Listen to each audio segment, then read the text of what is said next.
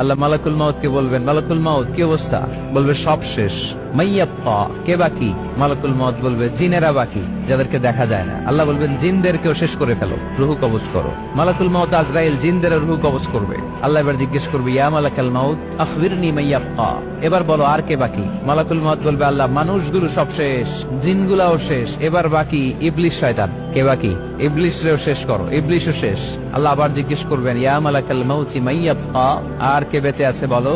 মালাকুল মাউত বলবে, আল্লাহ আপনার কথা অনুযায়ী পৃথিবীর সব মানুষের রুহু কবজ করলাম, সব জিনদের রুহু কবজ করলাম, ইবলিসের রুহু কবজ করলাম, এখন আছে শুধু ফেরেশতা। আছে কারা? যাও ফেরেশতাদের রুহু কবজ করো। ফেরেশতাদের রুহু কবজ হয়ে যাবে। এবার আল্লাহ জিজ্ঞেস করবেন, ইয়া মালাকাল মাউত আখবিরনি মাইয়াব্বা।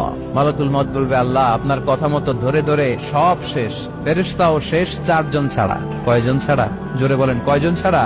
ইসরাফিল, জিব্রাইল, মিকাইল, আজরাইল। আল্লাহ এই 4 জন আমরা বাকি। আল্লাহ বলবে, যাও ইযহাব ইনতালিক ইলা জিবরিল ওয়াকবাদ রূহা, জিব্রাইলের রুহু কবজ করো। ইযহাব ইলা ইসরাফিল ওয়াকবাদ রূহা, ইসরাফিলের রুহু কবজ করো। ইযহাব ইলা মিকাইল ওয়াকবাদ রূহা, রুহু কবজ করো। ওই 3 ফেরেশতাও শেষ। এবার আল্লাহ তাআলা জিজ্ঞেস করবেন, ইয়া মালাকাল মাউত আখবিরনি মাইয়াব্বা, হে মালাকুল মাউত আর কে বাকি আছে বলো?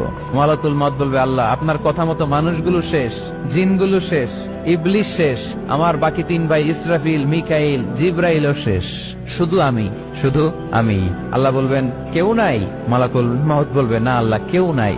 এবার আল্লাহ তাআলা বলবেন, মালাকুল মাউত তুমি তো সবাই রে মারছো, এবার তুমি মরো, এবার তুমি মরো, তুমি মরো। শোনার সাথে সাথে মালাকুল মাউতের কাঁপুনি ছুটে যাবে, খিঁচুনি এসে যাবে ভয়ে। আল্লাহ বলবেন, কাঁপুনি দিয়ে তো লাভ নাই, কারণ কুল্লু নাফসিন যায়িকাতুল। রব্বুল আলামিন বলবেন, মালাকুল মাউত কেঁদো না, এটাই দুনিয়ার বিধান, আমি আল্লাহর দেয়া বিধান, এটাই, জন্মালেই মরতে হয়। যাও, জান্নাত জাহান্নামের মাঝখানে একটা জায়গা আছে, জায়গাটার নাম হলো আরাফ। এই আরাফের মধ্যখানে যে দাঁড়াও, ওখানে যে মালাকুল মাউত কাঁপতে থাকবে। মালাকুল মাউত বলবে, আল্লাহ সৃষ্টির শুরুতে যদি জানতাম, সৃষ্টির শুরুতে যদি জানতাম সবাইকে মৃত্যুদান করার পরে, রূহ কবজ করার পরে আমাকেও মরতে হবে, তাহলে এই কঠিন দায়িত্বের ব্যাপারে আপনার কাছে ক্ষমা চাইতাম।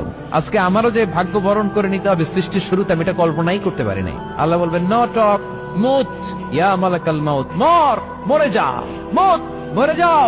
বলার সাথে সাথে মালাকুল মাউত এক বিকট চিৎকার হাঁকিয়ে মরে যাবে। মালাকুল মাউতের চিৎকারটা সেদিন এত ভয়ঙ্কর হবে, বিষ্ণু ঈসা ইসলাম বলেন, ওই চিৎকারের আওয়াজ যদি পৃথিবীর মানুষেরা কান দিয়ে শুনতে পেত, তাহলে কিয়ামত সংগঠিত হওয়ার জন্য আলাদা করে ইসরাফিলের সিঙ্গার প্রয়োজন হতো না।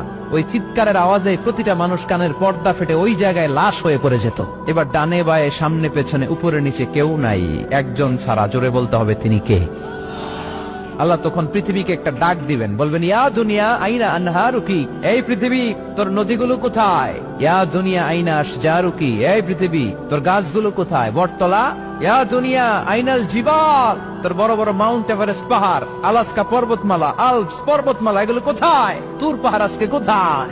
ইয়া দুনিয়া আইনাল মুলুক, রাজা বাদশারা কোথায়, যারা ক্ষমতার দাপটে পা জমিনে ফেলতে চাইতো না? আইনাল জাবাবেরা, অত্যাচারী স্বৈর শাসকগুলো আজকে কোথায়?